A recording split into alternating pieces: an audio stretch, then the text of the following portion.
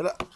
Je vais vous faire part d'une question que j'ai souvent, et vous allez me dire, donc, qui est Kshura, le Parashat HaShavua, en essayant de proposer quelque chose peut-être. Dans la Parashat HaShavua, qui est repris dans la Gada de Pessah, on attribue au Racha la phrase de Ma avoda azot lachem. Vaya ki yomru elechem benechem, ma avoda azot lachem. Rashi dit benechem. Ici, nitbasru al besorat abanim. Ils ont besorat abanim. C'est dans la phrase du Racha. Besorat abanim dans la phrase du Racha. Top. Ça, qu'à dire, le pshat, il est que même lorsqu'il dévira, il continuera à être benechem. Benechem, il ne peut pas se détacher complètement, contrairement à ce qui se passait avant Matan Torah. Chez Esav, Ishmaël, c'est détaché, après c'est fini. Après Matan Torah, Yaakov Avinu, Mitato Shelema. Et la Shela, elle est, Avoda Azot Lachem. Alors on dit, qu'est-ce qu'il a dit de mal, le Racha? Après, il a employé un mot Avoda. Comment le Pesach, il a appelé Avoda? Comment le Pesach, il a Avoda? Vavantem et Avoda Azot Bachodesh Hazeh. Quand le Pesach, il a appelé Avoda. Alors oui, le mot Avoda, il est péjoratif, il est négatif. Ça, Kadosh Baruch Hu, il dit Vavatem et Avoda Azot. C'est le mot Avoda. On a l'impression que Avoda, c'est Kadosh Baruch Hu qui emploie ce terme, de Avoda Azot. Et pourquoi est-ce que le Korban Pesach s'appelle une Avoda? Ça, je dis très rapidement, on l'a déjà expliqué, je précise, parce que c'est le Maaseh Kinyan, c'est l'acte d'acquisition. Comment est-ce qu'on acquiert? Comment est-ce qu'on acquiert à Eved? Comment est-ce qu'on acquiert à Eved? Marqué dans Kiddushin, Chavbet Amoudbet.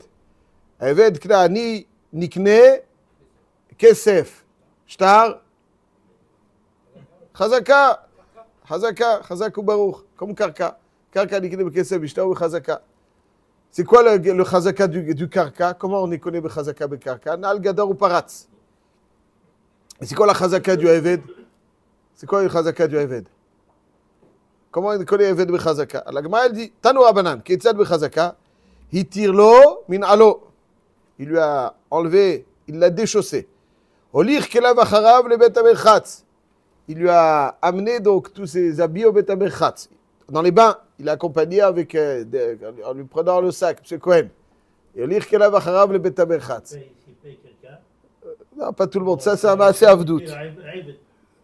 C'est un maaseh avdout. C'est un maaseh avdout. C'est un maaseh avdout. Hifshito. Il a aidé à se déshabiller. Irchitso, il a lavé. Sacho, il a enduit. Gardo, il bichot, etc. Tout ça, c'est maaseh avdout. Le chazaka, c'est maaseh avdout. C'est maaseh avdout. Comme ça, on les connaît. Chazaka, c'est maaseh avdout. Comment est-ce que le Baruch Hu, il a été connu, le Ham Israël? Tu connais le Ham Israël? Avdei Hashem, on est devenu Avdei Hashem. Donc c'est l'idée, la shrita de la Avodah Zara. Enod milvado, une peoula. Donc c'est-à-dire il faut toujours une peoula. La chazaka, c'est une peoula qui symbolise la avdout. Ce qui symbolise la avdout, c'est shrita de la Avodah Zara, qui est symbolisée par le Korban Pesach. Enod milvado. Comme ça, c'est ça être juif. Être juif, c'est Enod milvado. C'est un autre milvado. C'est adhérer à un autre milvado. Si tu crois à quelque chose, tu n'es pas dans le judaïsme. Un autre milvado, c'est la base des bases de Yahdout. Un autre milvado. Un autre milvado, idach zil gmor. Comment on fait pour servir le un autre milvado? Voilà. Alors, la base des bases, c'est un autre milvado. Donc le Korban Pesach, c'est se défaire de tout ce qui paraît être fort, qui est étranger à Hachem, Khalila. Ça, c'est un autre milvado. C'est le Maaseh Kinyan, c'est le Maaseh Avoda. C'est pour ça que le Korban Pesach s'appelle une Avoda. Alors le Racha, il emploie ce terme. C'est ma makara. Aussi Geshein, qu'est-ce qui s'est passé? Qu'est-ce qu'il a dit de mal? Pourquoi on lui dit lachem velolo? Alors, ça, lachem velolo. Le pshat, il est avoda azot lachem. C'est pas le pshat. Le pshat, il est, je pense que le mot lachem, il change tout. Le mot lachem, il change tout. Je vais l'expliquer très brièvement. Le mot lachem, il donne une autre connotation à la avoda. Au même avoda. Ben c'est qu'on dirait que non, ça n'aurait pas été grave. Il y a marqué parce qu'il dit avoda et lachem. Quand il dit avoda azot lachem, lachem velolo. Donc le mot lachem n'est pas en soi, c'est parce qu'il a dit avoda azot lachem. C'est ça. C'est quoi donc le mot lachem, avoda azot lachem? Voyons de plus près. Un exemple. Dans Eshet Chayil, on dit Darshat Semer Ufishtim, Vatas Bechefetz Kapea. Darshat Semer Ufishtim, Vatas Bechefetz Kapea. C'est-à-dire quoi Darshat Semer Ufishtim, Vatas Bechefetz Kapea? Darshat Semer Ufishtim, c'est-à-dire que la Eshet Chayil, ce qui la caractérise, c'est que Darshat Semer Ufishtim. Ouais, Pshat Pashout. Darshat Semer Ufishtim, ça veut dire que c'est pas que tu lui amènes Semer Ufishtim et qu'elle y travaille. Darsha, c'est quoi un Bet Midrash? Un centre de recherche. C'est ça, Bet Midrash. Bet Knesset, c'est un centre de rassemblement. Un Bet Midrash, c'est un centre de recherche. Où tu es? Je suis dans la recherche. Quelle recherche? Ça, c'est la recherche du Hevel ou la recherche du Enod Milvado. Bet Midrash. Darshat, Semer Ufishtim. La Eshet Chayil, elle n'attend pas qu'on lui amène tous les... Darshat, Semer Ufishtim. Il olech lidrosh, elle va les chercher. Vatas, elle les fait, elle les travaille. Bechefetz Kapea. C'est quoi Bechefetz Kapea? Vatas Bechefetz Kapea. Elle les fait avec la volonté et l'ardeur de ses mains. Chefetz, Chefetz. Chefetz, c'est la volonté. Kapea, c'est Kaf. Donc elle les fait avec la volonté de ses mains. C'est intéressant, même dans la Torah, on retrouve ce terme. Toujours ce terme m'interpelle. La volonté de ses mains, c'est les mains qui veulent. C'est elle qui veut. Tas Bechefetz. Tas otam Bechefetz. Vatas Bechefetz, Vatas Bechefetz Kapea. La volonté de ses mains, c'est les mains qui veulent, c'est moi qui veux. On retrouve ce même terme dans la Torah Kedosha. Quand on parle des femmes qui ont travaillé, ce qu'il fallait travailler pour le Mishkan, donc dans les tissus, marqué V'chol isha hachmat lev beyadea tavu. Tavu beyadea. Elles ont travaillé avec leurs mains. On croyait qu'elles allaient travailler le tissu avec les pieds. Évidemment, tavu, on sait que c'est avec les mains. Ici, à Yesod, je pense que le koach d'un juif, en l'occurrence d'Eshet Chayil, c'est qu'il est capable de créer un réflexe naturel de ses mains, de son corps, vers ce qu'il faut faire. Ça veut dire que, dans un premier temps, c'est sûr qu'il faut faire les choses avec la raison. Mais la raison n'est qu'une étape très très première. L'objectif, c'est d'imprégner son être afin que les réactions naturelles de ce que je dois faire s'expriment tout naturellement. Je n'ai pas besoin de David Ameller, comme il dit si bien, Rabbi Shalom HaKohen, Hazak Ubaou, Rabbi Shalom Ben Gabriel HaKohen.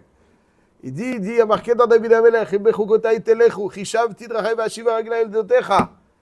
Il a eu plein de projets, Aval Raglai Ayou Moshivot Oti le Bet Midrash. Ça veut dire c'est exactement ça. C'est-à-dire que le koach, c'est ça, Vatas Bechefetz Kapea. Bechefetz Kapea, ça veut dire qu'elle est faite pas avec sa volonté. Les mains travaillent toutes seules. Je suis fatigué.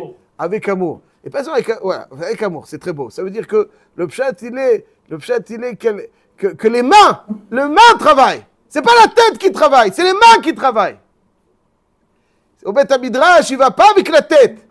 Il va avec le cœur. Il va avec les pieds, tout naturellement. Même s'il pense à la macolette, tout d'un coup, il se voit monter les escaliers, il se trouve. Mais qu'est-ce que je fais là? J'aurais dû à la macolette, mince. Bon, ça veut dire que... Après, il s'arrange avec sa femme. Ça, c'est un autre problème. Après, il s'arrange avec sa femme. Il va tout seul, les choses se font tout seul. Vatas Bechefetz Kapea. C'est ça le pshat, Beyadea Tavu. Ça veut dire Beyadea Tavu, ça veut dire qu'ils l'ont fait avec les mains. Pas avec le sechel. Pas simplement avec le lève, avec les mains. Les mains travaillent tout seules. Ça doit un réflexe. Voilà, c'est nature. Il y a des choses qu'on fait. On respire. On a besoin de décider de respirer. Pourquoi? Parce que c'est la vie. Tout ce qui est vital, ça se fait tout seul. On a besoin de penser. Il faut que je respire. Pour Hachem, que je nous donne la position. Pourquoi? Tout ce qui est vital, ça se fait tout seul. Alors il faut que je considère certaines choses comme étant vitales. Ça se fait tout seul. Ça se fait tout seul. Vatas Bechefetz Kapea. Alors c'est important sous différentes formes. La première, c'est important parce que c'est ça être juif. Être juif, c'est l'être. Mais c'est important aussi pour la stabilité de l'homme. Ce qu'on fait avec le sechel, c'est pas toujours, ça s'inscrit pas dans la durée. Vous voyez, tous ceux qui font les choses avec le sechel, c'est très difficile de toute sa vie. Si le cœur, il nous mène vers quelque chose, et le sechel, c'est très difficile de ramer trop longtemps à contre-courant. Mais encore plus. Je dis toujours que si je veux voir vraiment quelqu'un, ce qu'il est, je veux me découvrir, je veux découvrir quelqu'un, qu'est-ce qu'il est. Je pense que l'un des critères les plus déterminants pour savoir ce qu'un homme est, c'est là où il va se réfugier en période de turbulence. Dans la vie, il y a toujours des zones de turbulence. On les souhaite, les moins fréquentes, mais il y a des zones de turbulence. Toutes les transitions sont des turbulences. Chaque fois qu'il y a une transition, c'est une turbulence. Il y en a qui croient qu'il n'y a que le mariage qui est une transition. Il y a plein de zones transitoires. Et ces zones transitoires, elles créent des turbulences, inévitablement. Et tout le monde a besoin d'un refuge en période de turbulence. Quel est ton refuge en période de turbulence? C'est quoi? Où tu vas te réfugier? Tout le monde a besoin de se réfugier quelque part. Il a besoin de... Là où ton cœur te porte en période de turbulence, c'est ce que tu es vraiment. C'est là que tu appartiens. Les Zéatachayach. Les Zéatachayach. C'est là-bas. Les Zéatachayach. Je donne un exemple, je crois que c'est Rabbi Yaakov Galinsky, Zichrono Livracha, qui donnait cet exemple. Il dit un jour, il y avait deux voisins qui vivaient côte à côte. Il y en avait un qui avait un coq splendide, avec un plumage, mais impressionnant. Et le voisin d'à côté, souvent, il lui dit, tu me le vends le coq? Non, il n'est pas à vendre, tu me le vends. Il le convoitait. Un matin, il se lève, il ne voit plus le coq. Il commence un peu à chercher, il comprend que quand il s'est passé ce qui s'est passé. Alors tout de suite, il va tambourer sur la porte de le gars. Ouvre-moi, où il est le coq? Il dit, attends, je suis en pyjama encore. 2 minutes, laisse-moi m'habiller. Ouvre. Il arrive, à bout de quelques minutes, il sent une odeur de brûlé dans la maison. Le coq, il est où? Le coq? Pas de coq. Il commence à chercher partout. Hâte qu'il arrive sous un lit, il sort le coq. Il est complètement déplumé. Plus de plumes. Mon coq! Ton coq? Il avait des très belles plumes. Celui-là, il a 100 plumes. C'est le mien! Zéomer Koulacheli, Zéomer Koulacheli. Alors ils vont chez le Rav. Nous, Zéomer Koulacheli, il dit, quel rapport son coq? C'était chez moi, à Nimourzak. Nimourzak, qu'est-ce qu'il a? Alors le Rav, il dit, on va mettre le coq entre les deux maisons. Là où il se dirigera, c'est une raya que c'est là où il appartient. Le Yesod, il est que il y a des périodes dans la vie où on est déplumé aussi. Il y a des moments où on a des belles... on est un peu moins flamboyant. Là où on va se réfugier, c'est là-bas véritablement. C'est là où on appartient. Ça c'est ce qu'on est. Ça, c'est ce qu'on est. Ouais, il y avait Loalenu Reprei Moser Godzinski, il avait une fille qui est Niftera, il se fut unique. Et Niftera quand elle est très, très jeune. Et Rav Shach aussi, il avait une fille qui à l'âge de 14 ans est tombée malade, et Niftera. Et il avait un tsar, indescriptible. Et quand il partait voir Reprei Moser Godzinski, Reprei Moser il lui disait, Rebleizer, Loulei Teros Rosh HaShuai. Si ce n'est que la Torah, elle était notre chérissement, on n'aurait pas pu tenir. C'est-à-dire, quand il va se réfugier là-bas. C'est là où il appartient véritablement. C'est ça qui le réconforte, c'est ça qui lui apporte son réconfort. Alors, Achaïm HaKadosh, dans Parashat Balak, qui dit Lo hibit aven beYaakov velo ra'a amal beYisraël. Aven, on comprend, c'est des fautes. C'est quoi velo ra'a amal? On ne fait pas d'effort, nous? Velo ra'a amal beYisraël. Amal la terre, on dit. Ouais, amal la Torah. Ibechukotai telechu shitiyu amelim baTorah. Lo ra'a amal beYisraël. Il n'y a pas dans Israël de amal. אומר האור חיים הקדוש, גם נתכוון לומר שהצדיקים, הגם שעושים בכל העסקם בתורה, בכל עסקם בתורה, אינם מרגישים שיש עליהם עמל. Ils font des efforts. Mais pour eux, ce n'est pas un effort qui est fait à contre-cœur. על דרך אומרו, עמל הוא בעיניי, אלא אדרבה, כאדם המרוויח וכאדם המשתעשע בשעשועים לרוב חשקם בתורה. Ouais, להבדיל, si on va voir si on voit un joueur de foot, il court. Tu fais un effort? Bien sûr, je fais un effort, mais ou bas match. Il est dans le match, donc quoi? C'est pas, la question, elle n'est pas. Les efforts, c'est pas ceux du corps, c'est ceux de l'esprit. Et si mon esprit adhère complètement, il n'y a pas d'effort. Des efforts, mais c'est pas un effort. Ça, c'est ça qui dit. Ouais. Qu'Adam amarviach ou qu'Adam amishtaashia b'sha'ashuim l'orov cheshkam b'Torah. Ça, c'est donc ce que Bilham, il fait l'éloge. L'aura mal, ils font. C'est-à-dire, t'as l'impression, il ne dort pas des fois des nuits, ou pas beaucoup, et il vient étudier. Il se lève quand il faut, quoi. C'est comme ça. Ça, c'est l'aura Malbi Israël. Ça, c'est le Yesod à Yesodot. Ça, c'est le Yesod à Yesodot. Le Racha, lui, ce qu'il dit, Avodah Lachem. Le fait, si tu es loin et que tu dis, ok, je comprends qu'il y a des gens qui adhèrent à ça de tout leur cœur, mais il est. Toi, quand tu les observes et tu dis, vous prenez la tête, c'est que tu n'as rien compris. C'est que tu n'as rien compris. Dis, eux, ils ne se prennent pas la tête, c'est toi qui te prends la tête. Tu es à côté. Ok. Aval Bariga, tu dis, ma Avodah Azot Lachem. C'est-à-dire qu'Akadosh Baruch Hu dit Avodah. Aval, c'est une Avodah de Sha'ashua. Quand tu dis Avodah Azot Lachem, ce qu'il dit, Lachem. Moi, je ne veux pas ça, c'est trop dur. Vous êtes dans les baptêmes midrashot. Comment vous faites votre baptême midrashot? Assis comme ça. Ça, je ne sais pas comment vous faites. C'est trop dur, trop dur. Voilà. Que toi, tu dis, que tu penses que c'est quelque chose qui est infaisable. C'est-à-dire que tu n'adhères pas à cette conscience que le Yehudi, son idéal, c'est de transformer les efforts qu'il doit faire dans sa avoda en Sha'ashua, à tel point qu'ils sont tellement Sha'ashua que c'est ça son refuge. C'est du avoda Azot Lachem, c'est un rachat. C'est sûr que même un rachat, il y a Psurat Abanim, ou Gamben, à Kol Panim, ça c'est là où on lui en veut au rachat, et ça c'est donc le Yesod de la Eshet Chayil, le Yesod des Neshot Chayil, tout au moins, c'est ils font les choses avec beaucoup de zèle naturel, tu sens pas qu'il va. Tout celui qui a eu le sroud de connaître les Eshet Chayil, il voit. Elle travaille, sans. Tu n'as pas l'impression elles font quelque chose à contre-nature. Au contraire, c'est dans leur nature. Yehi Ratzon, Baruch Hashem, Zachitem, Rabbi Gawel. C'est Yehi Ratzon qu'on sache toujours intégrer la chose et que ça devienne une première nature, pas une seconde nature, une première nature.